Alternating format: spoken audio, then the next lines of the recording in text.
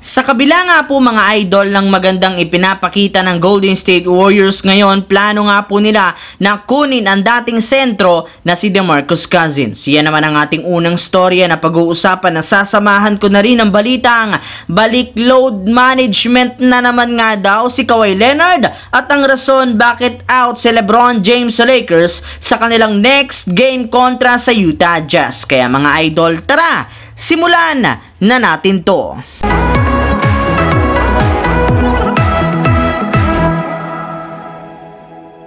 Kahit man nga po mga idol sunod-sunod ang pagkapanalo ng Golden State Warriors sa kanilang mga nakaraang laban, kinukonsidera pa rin ng kanilang general manager na si Mike Dunleavy ang pagkuha ng bagong player na available sa loob ng buyout market. Ayon nga po sa ibinulgar na balita ng NBC Sports, kasalukuyan nga nilang tinitingnan ang ilang mga magagaling na malalaro na maaari nilang makuha katulad na lamang ng kanilang dating player na si DeMarcus Cousins na posibleng maging available sa loob ng market. Simula nga po nang hindi gumawa ang Warriors ng malaking trade ng nagdaang trade deadline, marami na nga po sa kanilang mga fans ang nagsabi na kailangan ng kanilang team na kumuha ng bagong sentro since isa nga sa kanilang mga kahinaan ang kanilang front court lalo na pagdating sa rebounding at depensa. At isa nga si DeMarcus Cousins sa mga sentro na maaari nilang makatulong at kunin sa market. Samantala, pumunta naman tayo sa ating pangalawang storya sa balitang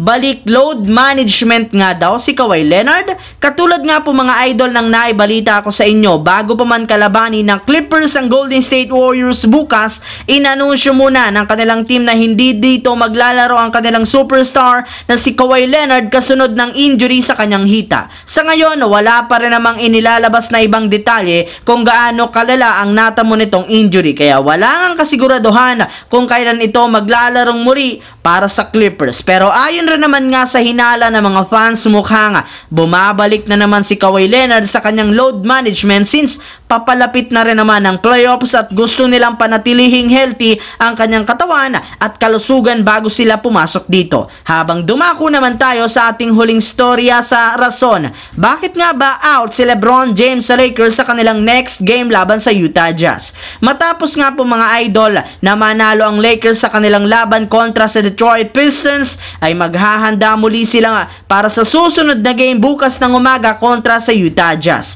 At ang mahirap pa dyan, kailangan pa nga po nilang bumiyahe papunta sa lugar ng Utah para maglaro sa pangalawang game ng kanilang back-to-back. At bago pa man magsimula ang kanilang laban, mismong si LeBron James nang nagsabi na hindi siya dito maglalaro since kailangan muna nga niyang pagpahingahin ang kanyang katawan since hindi na rin naman nga siya ganun ka-healthy at kabata. Kaya dahil nga sa hindi paglalaro ni LeBron laban sa Utah Jazz, inaasahan na nga napapalit sa kanyang pwesto bilang playmaker ay si Spencer Dinwiddie na kailangan nga pong mag-step up na kung gusto man ng Los Angeles Lakers na ma-extend ang kanilang win streak. So yun lamang mga idol ang ating bagong video na ating pinag-usapan ngayon dito sa aking YouTube channel. Once again, this is your J-Zone TV. Don't forget to subscribe at syempre pindutin ang notification bell sa aking channel para lagi kayo maging updated sa mga videos na pinapalabas ko. Isang malaking shoutout sa lahat mga idol. Thanks for watching. Hopefully, nag-enjoy kayo ngayong araw na ito.